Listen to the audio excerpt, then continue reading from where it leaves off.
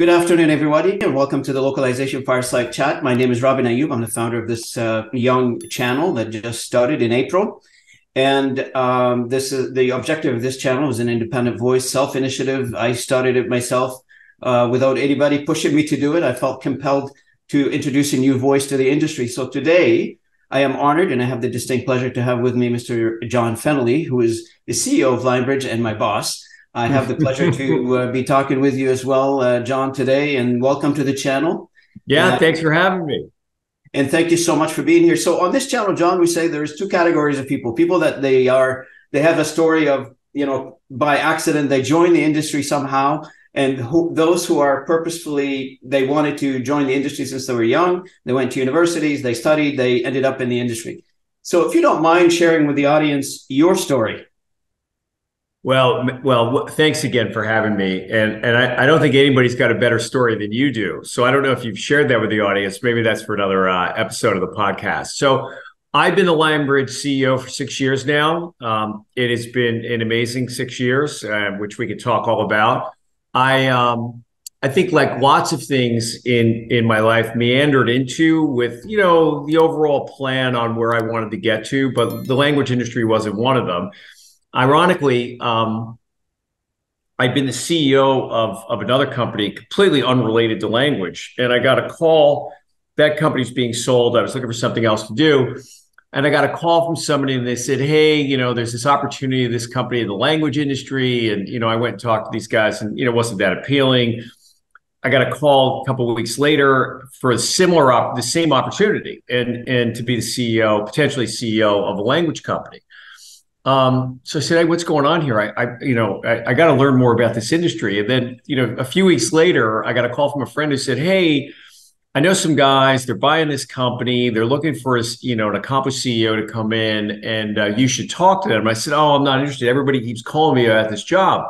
And then we talked a little bit further. He said, no, that's not the job. These are different guys. And I was like, okay, there must be some fate and karma here that it's pulling me gravitationally to the language industry. And that was probably 7 years ago.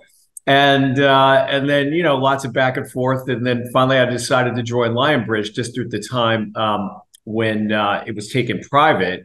And it's been amazing on so many fronts. It fulfilled a lot of career ambitions I had. It was a big, Lionbridge itself, for those who don't know, is a big global, relatively complicated company, what I think should be an uncomplicated space. And with an amazing workforce that is large and global. I was a couple of minutes late for our podcast. I just flew back in from Europe. I was there this week. I had the pleasure of opening a new office for us in Warsaw, Poland. But I think just in general, my experience with Lionbridge and with so many people, you included, Robin, that have great backstories and ended up in the language industry from really a wide variety of walks of life. Many are global. Many have lived like you in other countries and were raised in places they don't live today. And I think there's just wonderful, wonderful people in the space. And it's been just an absolute pleasure. Well, I remember, and I think you have a Canadian connection since I am located in Canada. I got to tilt the conversation a little bit to you. Sure. I think you have some sort of a Canadian connection because I remember part of your journey through your career. You worked for Thomson Reuters, which I did. And before that, I worked for another Canadian company. And so I have long roots in Canada where I spent quite a bit of my career traveling back and forth to Canada, spent a lot of time in Toronto, Montreal, even Vancouver at some point. And so great affinity to Canada, great people. And I think that's why you and I hit it off when we first met. You was in Ottawa.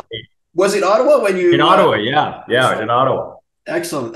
Well, it's interesting in New York, for those who don't know, in Canada, and it is literally an hour flight directly from New York to Toronto, an hour flight to Montreal, and an hour flight to Ottawa. You kind of go across the spectrum, east-west, but very accessible and easy to get to. And in fact, I'm actually coming up to Canada with my son in a few weeks. I think in mid-December, we're coming up to see, we're big hockey fans here in the States. We're coming up to see our team, the Rangers, play the Leafs. Oh, excellent. So you're going to be in the Toronto area? Yeah. Would love to see you in Toronto. Yeah, we'll have to meet up. Yeah, absolutely.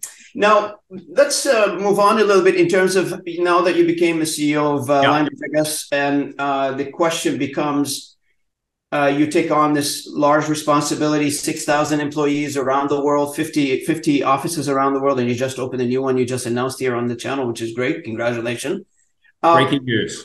Let's talk about the transformation through Lionbridge, because at the end of the day, in this industry, it doesn't matter if you're a big player or a small player, there must be some transformation being done to meet the market demand and the challenges, the tech side, how it's been influencing everybody, not just Lionbridge. Take us through the transformation, because one of the things that I've noticed since you took office in Lionbridge is there has been a shift to growth. It has been a shift to more focus on the customer, more focus on the market, etc. So did you have, if you go through the challenges, you had to go through some convincing, some other areas that you had to change in the company? So transformation in general to me it's ever present and ongoing, right? Markets change, your opportunities change, and you have to change to stay ahead of where you need to be. I think with us, the transformation has been multifold, and we, as you know, we're in a complex industry, which I always found interesting, thinking that, like in essence, and I've explained this before, the language business is a lot, in many ways, to me, like the Uber model, where the Uber model is you have a passenger that needs a driver, and Uber does a very nice job in close to real time of matching up a passenger and a driver. The language industry is very similar in the sense that you have content and you need to get that enriched and enhanced by an expert linguist.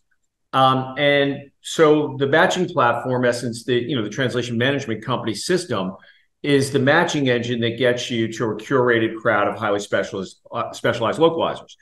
Now, it sounds incredibly simple, but as we know with Uber, the platform is quite complex as it is with Lionbridge. And we have an inordinately large number of workflows, and we've cataloged, thousands and thousands and thousands of workflows that our customers have. And so when you look at that, there's a hidden, as I call it, a hidden tax that is in the language space. And so you try to simplify it. And the reason you do that is threefold. One is you want to have better delivery for customers. You want to have, the two paramount things in this business, which are in life contradictory, are speed and quality. And at the same time, you want to have a great experience for the linguists and the translators that are part of your community to bring the real value to the customer. And so to me, that's an ever-going transformation, is how do you simplify that and really start to have technology do a lot of the things in automation and routine tasks that traditionally have done by humans. I mean, the language industry is quite fascinating since its inception. Humans have had to touch content. They've had to analyze content. They've had to figure out content before it even gets to somebody who can enrich and translate and localize content. So that's one aspect. And then along the way is AI becomes more and more prevalent. Now, a little known fact to many in the language industry is that we've used AI before it was even a common term, right? If you go back to the 50s and the first machine translation that was done with IBM scientists, translating, I think, it was Russian in ENIAC, I believe, in the original precursor to the supercomputer. And so, if you think about how much now the machines translate content, it's been a constant evolution and transformation on that end as well. And that will continue. And you think about, you mentioned we have 6,000, we're slightly more than that employees now. And we want them to do more interesting things, to work on higher value added activities that can bring more to the customer. And we're in the process. We've seen that year after year after year. We've been able to do that. We'll continue to do more of it. And so it's ongoing. As you know, one of the key priorities I set for the company was simplification, which means a lot of different things to people. To me, it's a constant transformation of complexity to try and make it easy. And the reason it is so important to me is simplification means two things to me. One, it's very easy for your customers to do business with you. And two, and maybe more importantly, it's easy for your folks to do business with customers. That's right. You're absolutely correct. And on that note, I've been talking to a lot of people on this channel, and everybody seems to be focusing on the AI portion Yeah. of the technology and how it impacts the translator. The objective is to make the translator or the linguist a lot more productive than they are right now, dealing with a massive amount of content in a shorter time, etc. However, if you take a scan across the entire industry, I think there's like 19,000 companies in the industry. They're about 18,000 something. And most of these companies, they hire project managers because the model is your translators on the outside and your project managers on the inside, Right. generally speaking. So if the internal is population of employees is mostly clerical, I would call it, or project manager or customer service, whatever they are, I have not seen a lot of innovation coming on that front. Agreed. What's your thoughts on that? Well, I think hopefully where we're headed is that that project managers will bring more value to the customer. And instead of being an orchestrator of file transfers and tracking work and tracking delivery dates and tracking, capacity, which are all ripe to be, I think, augmented and enhanced by AI.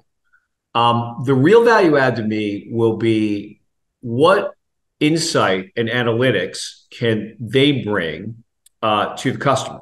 And so what's already happened is translation industry is not new, as I said, to AI. And what we've seen over the past several years is there's been an explosion in content, which continues. At the same time, the size of the job that we get gets smaller and smaller and smaller. So on one aspect, humans cannot continue to handle the volume at the same pace that they have traditionally. So it's very important, and it's not a displacement of human resources, but it's an enhancement of human resources to get project managers to work on either, better client relations, understanding more about what the client's doing, understanding what parts of a client's business. Is it documentation? Is it marketing? Is it website refreshes? Variety of different things that we can bring more insight and more value to. So I think that the modern day evolved project manager will have to be a lot more focused on the end customer result and the end result. As I've written extensively about, and as you've seen, there's a fear that permeates well beyond localization and translation that AI is going to be a huge displacer of jobs. And I was reading something on the plane coming back today that 10 years ago there was a seminal study. People said that automation. There were two famous economists who said automation is going to eliminate half of the manual labor jobs that are out there. Now, what we found in the early returns, even with generative AI, is in fact the opposite. That star performers, whether it's in sales, whether it's in translation, whether it is in customer service or other service-oriented industries that are ripe for I think transformation with AI, have seen that low performers can get either booted out or boosted up, and star performers will use AI to their advantage and excel. Very interesting, and I think we're going to see a lot more in the data that comes out. But the most important thing that I keep telling our company on a weekly basis is don't be worried about AI taking your job, but you should be worried about career advancement and job security from someone who knows how to use AI. Yeah. And I think that will be one of the great skill sets that will evolve over the next 3, 5, 10 years is people that are very comfortable with technology, very comfortable in saying, hey, how can I use this? How can I enhance what I do today? I mean, one of the things that I think is probably fascinating, if you're a high-performing salesperson, you want to go out and talk to as many people as possible, right? I mean, to sell as many products in whatever industry you're in. AI in general allows you, the tools that are out there today, to talk to more people, to cut through the wait times, to get through the email, traffic, analyzation, summarization.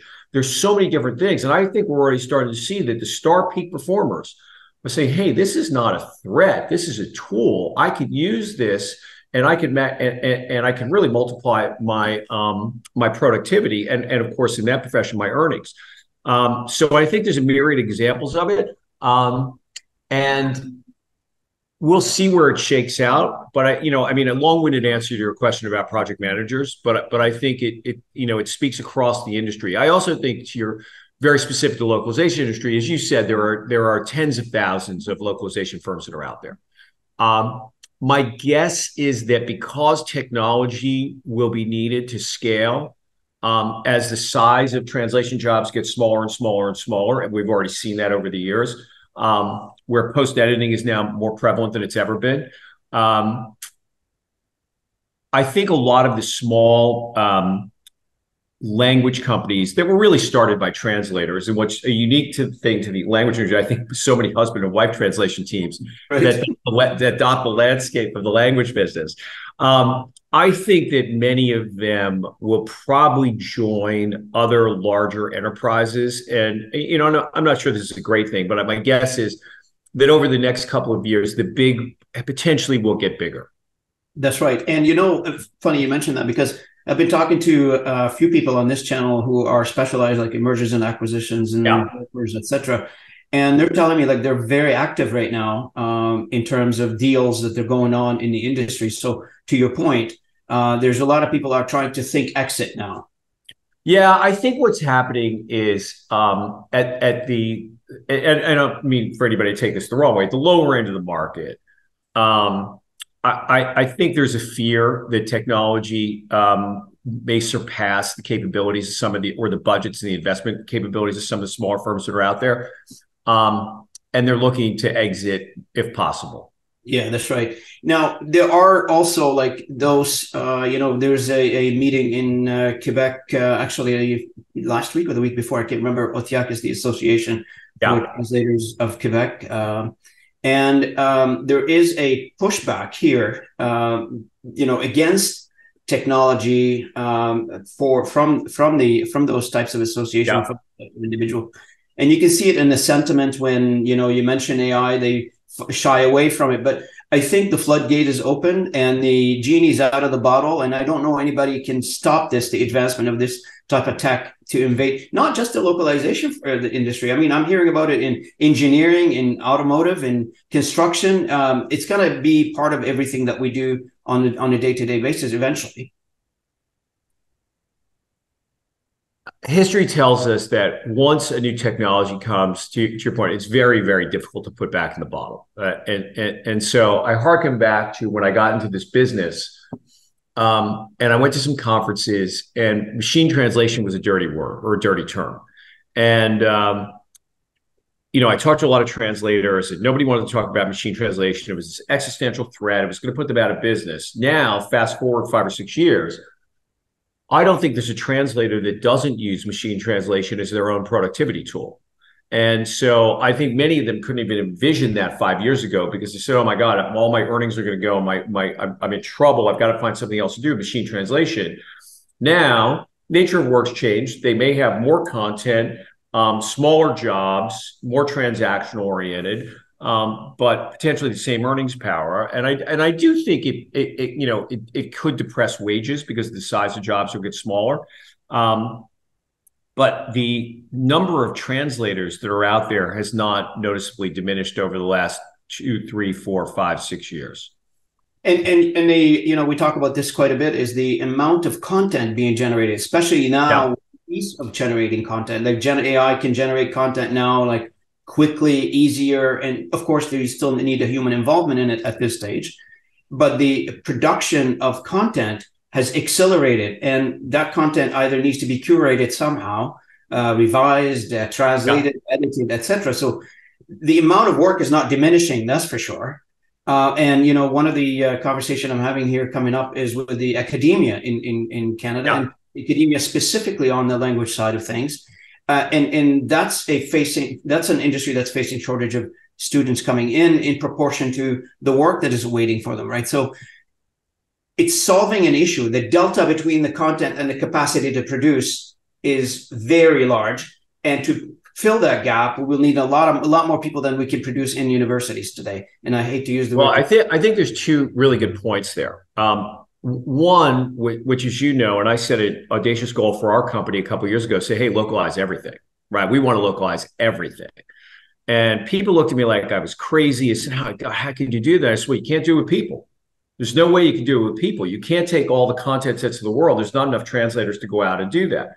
The second important but very different aspect, if you go across a wide variety of industries, from financial planners to truck drivers, to medical professionals, to translators, and on and on and on and on, the average age continues to rise.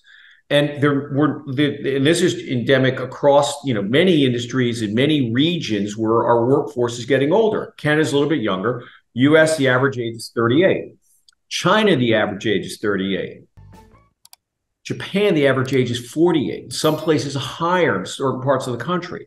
And so we have a rolling problem of an aging population not being replaced but with the same number of workers. And what this will fuel, in my estimation, a tremendous amount of innovation that's going to come. And I think AI is actually something that's going to be able to solve some of the workforce demographic problems that we've got, is that we'll be able to augment and make workers more productive by using tools, not displacing them, but actually helping them, because they're going to have to do more because the workforce just isn't regenerating at the same levels that it traditionally has.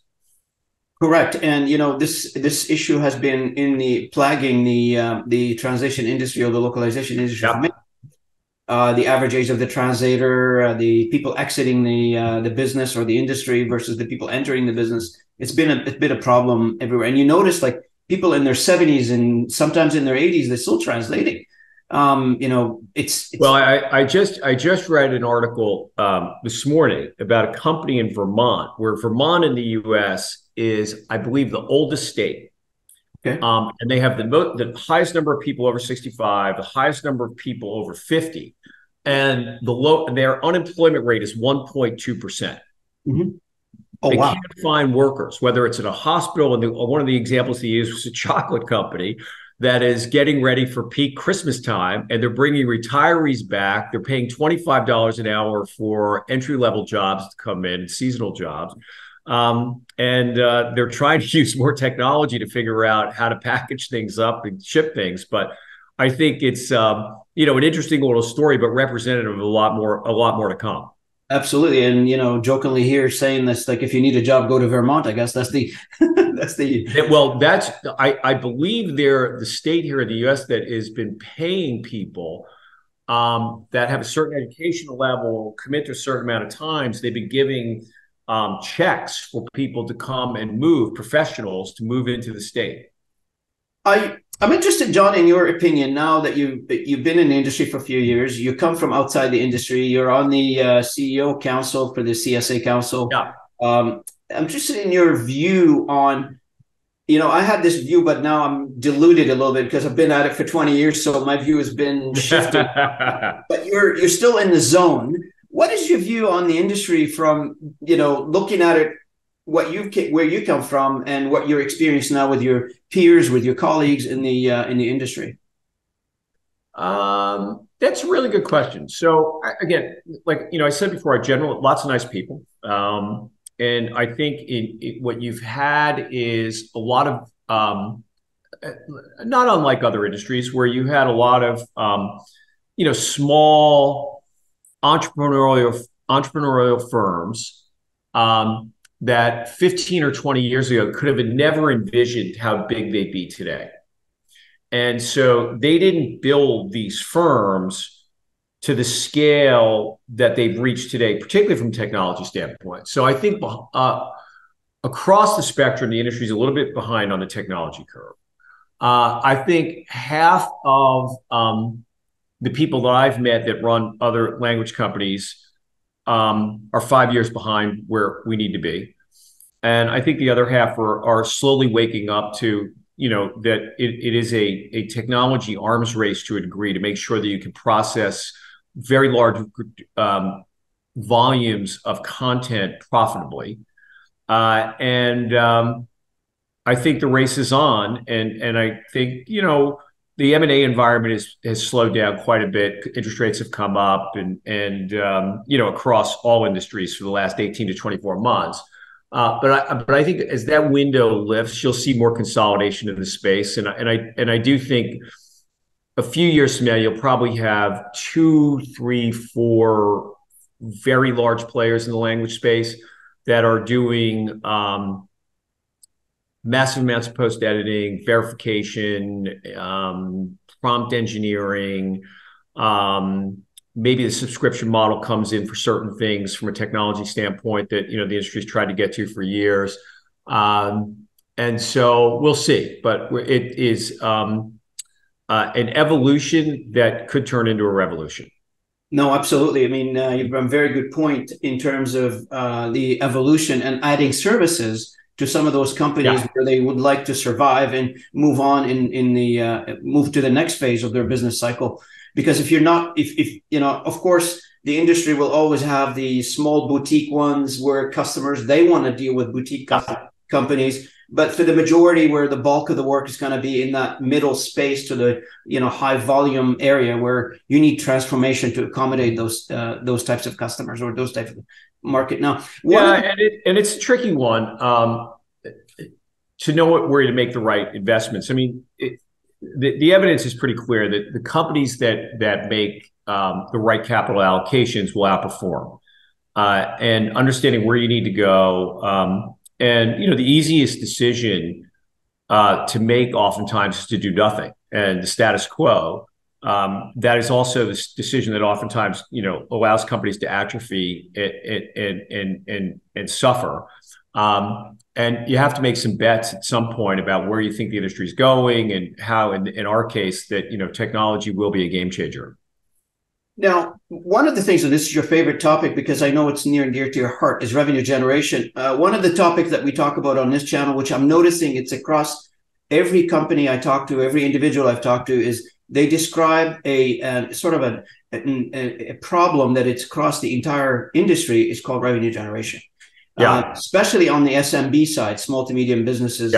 It's a quite you can see it's pattern that there is a revenue generation problem. Now, you come from the outside of the industry, and I'm in sales as well. How did you see it when you first came into Lionbridge, and what methodology did you implement to achieve growth? And how do you recommend, in general terms, we're not looking for the secret sauce here. In general terms, what do you recommend for other companies to consider? Well, at a very, very high level, my take when I got to Lionbridge is that we were very internally focused, and that is certainly not something I think is at the forefront of going out and acquiring new customers. And as you have seen me write several times, that coining one of the great management consultants, Peter Drucker of all time, the business of a company is to create a new consumer or a new customer every day. And so how do you go about and do that? I mean, culturally, I think it's very important that your employees are in tune with that. That when you have potential customers, you do everything to win those customers and service them. And that you think about proactively is how do you innovate and bring customer solutions? I think very pointedly to some of the problems you point out in the SMB space is that translation by itself has some complexity in the sale process. And we bought Gengo a few years ago, which is fabulous asset for us with self-serve capability. But all the folks in the self-serve space got to a certain level and then kind of stalled on growth, because what we saw was, hey, once you go up the food chain, the bigger customers at the higher end of the SMB space or enterprise space, they need more personalized service and they need more interaction with the supplier to deal with the various things and complexity of their projects. So I think that continues to be the largest impediment of growth for a lot of companies that have not traditionally in this space invested heavily in sales and marketing and have built large inside sales machines that can really go out and service a wide swath of small customers. And so the last thing I would add, because I could talk about this for quite a while, the customer experience is super important. And years ago, the business-to-business sale had what I'll call a free pass because consumers didn't expect to have the same experience in a business-to-business environment as they had, and I can say a consumer, the business consumer, than they did in their own personal lives when they started using cool apps and websites and e-commerce. And it was like, wow, this is a revelation. It's so easy to buy this stuff. Like when I deal with companies as a business buyer, why is it so hard? And that is now changing. And I think table stakes now is you have to have a great customer experience. And if you don't, you can throw all your ambitions about having sales and revenue generation out the window, but customer experience is paramount.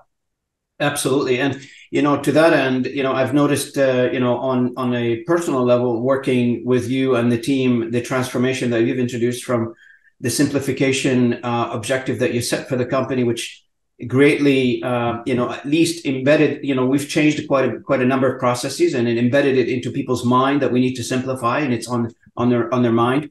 And the other part, which I really like, is everybody's now involved in the sales process. It wasn't, in the past, and it's similar to any other organization. We're not different. It was a task to, number a few people that they do sales, which is the sales team generally. But now you can find that there's, more people involved in the sales process. Now, I was talking to a small, medium company not too long ago, and I was asking the question. I said, "So, do you have a sales team?" And the answer was no. I said, "So, how do you sell? Like, who sells your services?" He says, "I rely on my project managers to do the sales."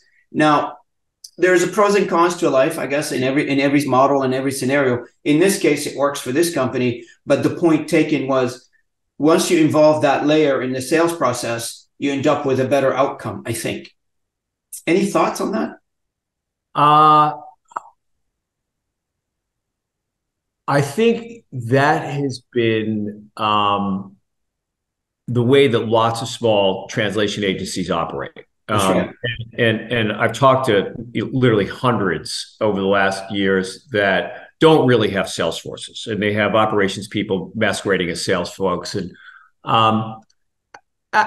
it's generally okay, but what you don't see are big organic growth numbers with any of those companies in reality. And I think it also takes away from the project manager really, really focusing on the end result from the customer because they're conflicted. Now, that doesn't mean, to your point, where when you have an opportunity, you get everybody in the company involved because, the beauty of the project managers, they typically know a lot more about what's happening at the customer and with the customer and what's really important to the customer.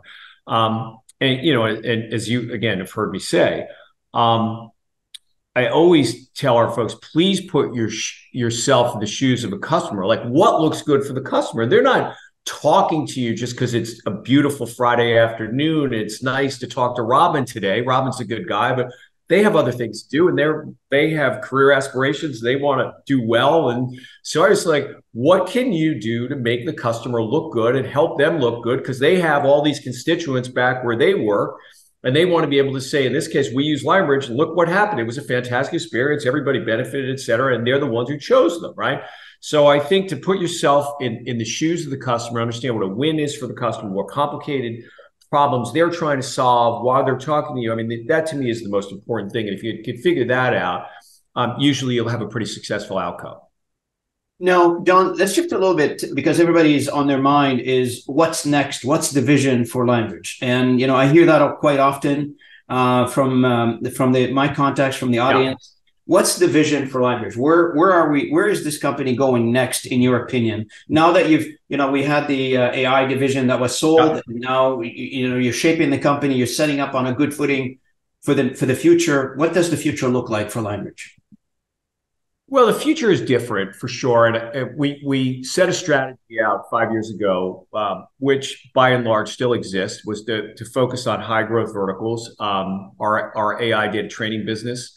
Our games business, which has been going gangbusters and fantastic business for us, which is growing at really, really high rates. Our life sciences business and our OPI business. Now, I won't spare everybody why we got into all those. Very demographic related, huge population of people that play games in the world, aging populations of the world, totally different end of the spectrum that need healthcare for years to come. Medical devices, clinical trials, et cetera, et cetera. So I think the strategy still is valid, and we retest that all the time. And then our regional strategy for the Americas, Canada, US, Europe, Asia, et cetera. The vision that I set out now, interestingly fueled by generative AI in some respects, was two and a half years ago, is localize everything and give our customers the ability to democratize localization and take localization to parts of the company that it never existed before.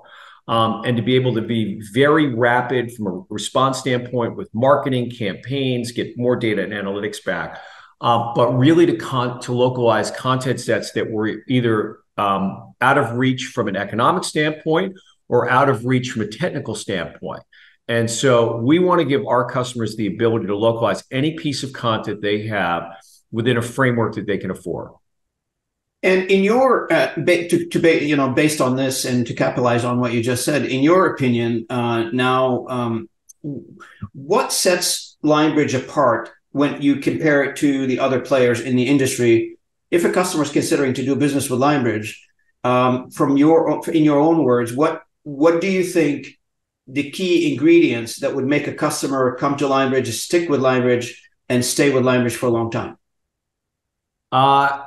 There's lots of ways to answer that question. I think the easiest is that our employees really care about customers, and they will do anything to make sure that our customers have a great experience.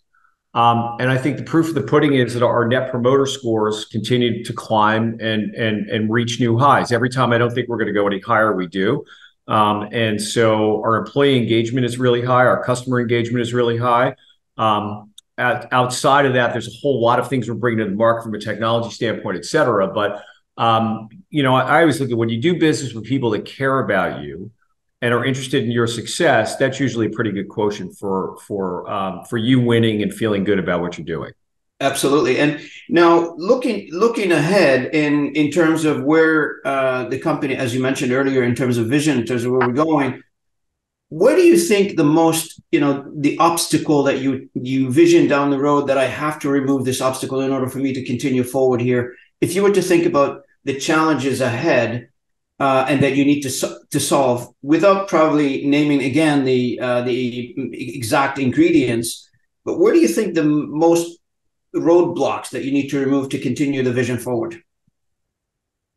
Really good question. I think it's talent and making sure that you have, as life evolves and AI evolves and the pace of change evolves, the difficult thing about companies is the team that got you to where you are may not be the same team that gets you to where you need to get to. And so from a technology standpoint, a product standpoint, a service offering standpoint, an operations standpoint, all sales, all super critical. So I worry all the time if you have the right talent.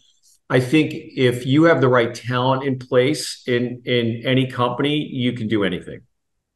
So it's about talent, it's about human resources and having the right people in the right place at the right moment, basically. That's what you're saying. Yeah. I mean, if you're in the oil business and downstream production is the most important thing to you, people are important as well. But in services-based business that we are, people are paramount. If you don't have the right people, you could have a great translation management system. You could have a great workflow engine. You could have a slick invoicing module. You could have all kinds of things like that. But if you don't have the right people, I wouldn't want to be in that company. So based on this one, and when you look at that particular obstacle, I know you're from working with you and listening to you lead this organization, you focus quite a bit on talent and human resources in general. Do you think we have the right talents, or do we have to hire, develop, or what's in general? What's your view on this one? Promote from within? Yeah, I don't think I've ever woken up one morning and said, this is it. It's like, it's perfect. It's equal. It's great. I wish I did. I'd probably sleep better. I think we've got a great nucleus that I look a lot at, you can use any kind of metaphor, analogy. If you think about a great orchestra and you're a conductor, you need not everybody is going to be the star cellist. But you need, it's a big, complicated, very integrated production. And I think companies are much the same, right? Is not everybody is going to be the star developer or the star salesperson, but you need a combination of talent that can collaborate. I think more important than ever in today's day and age, that can collaborate and has a view. But I think the most important ingredient is that your organization continues to be curious about the future and curious about how things work and how to do things better and evolve.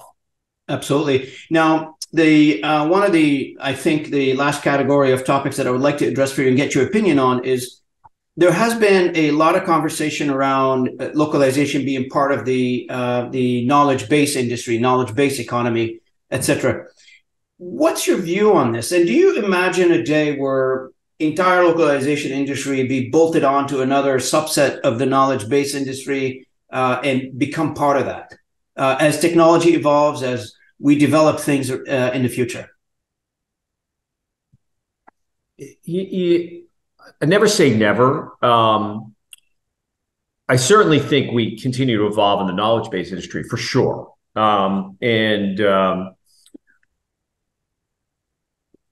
But I do think there's some uniqueness to the localization industry that will survive for a period of time and not be subsumed by other kinds of companies that just make this a capability or an offering. I could be wrong, but I don't think so.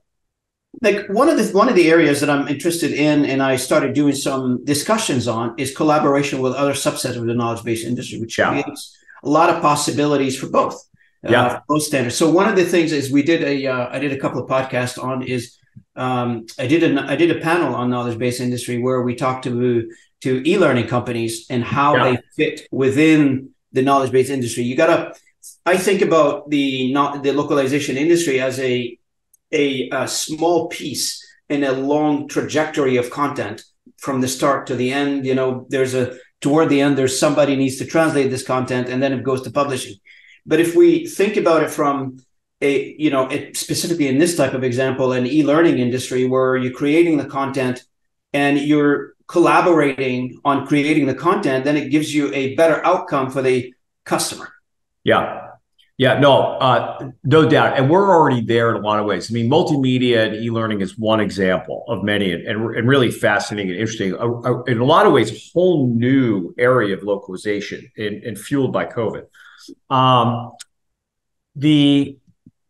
The other piece is just generally around content. And, some of the things that we've already been able to do with what, we call smart content, Lionbridge smart content, is we can already, as tell a customer, hey, the content you've got here, it's not well written. And because it needs a little bit of help or tuning, it's going to be more expensive to translate. And we can actually go in and help amend, edit, tweak the content and actually make it flow more seamlessly with less back and forth and workflow with the customer. And I think we're in the early days of that, and we proved that 2 years ago.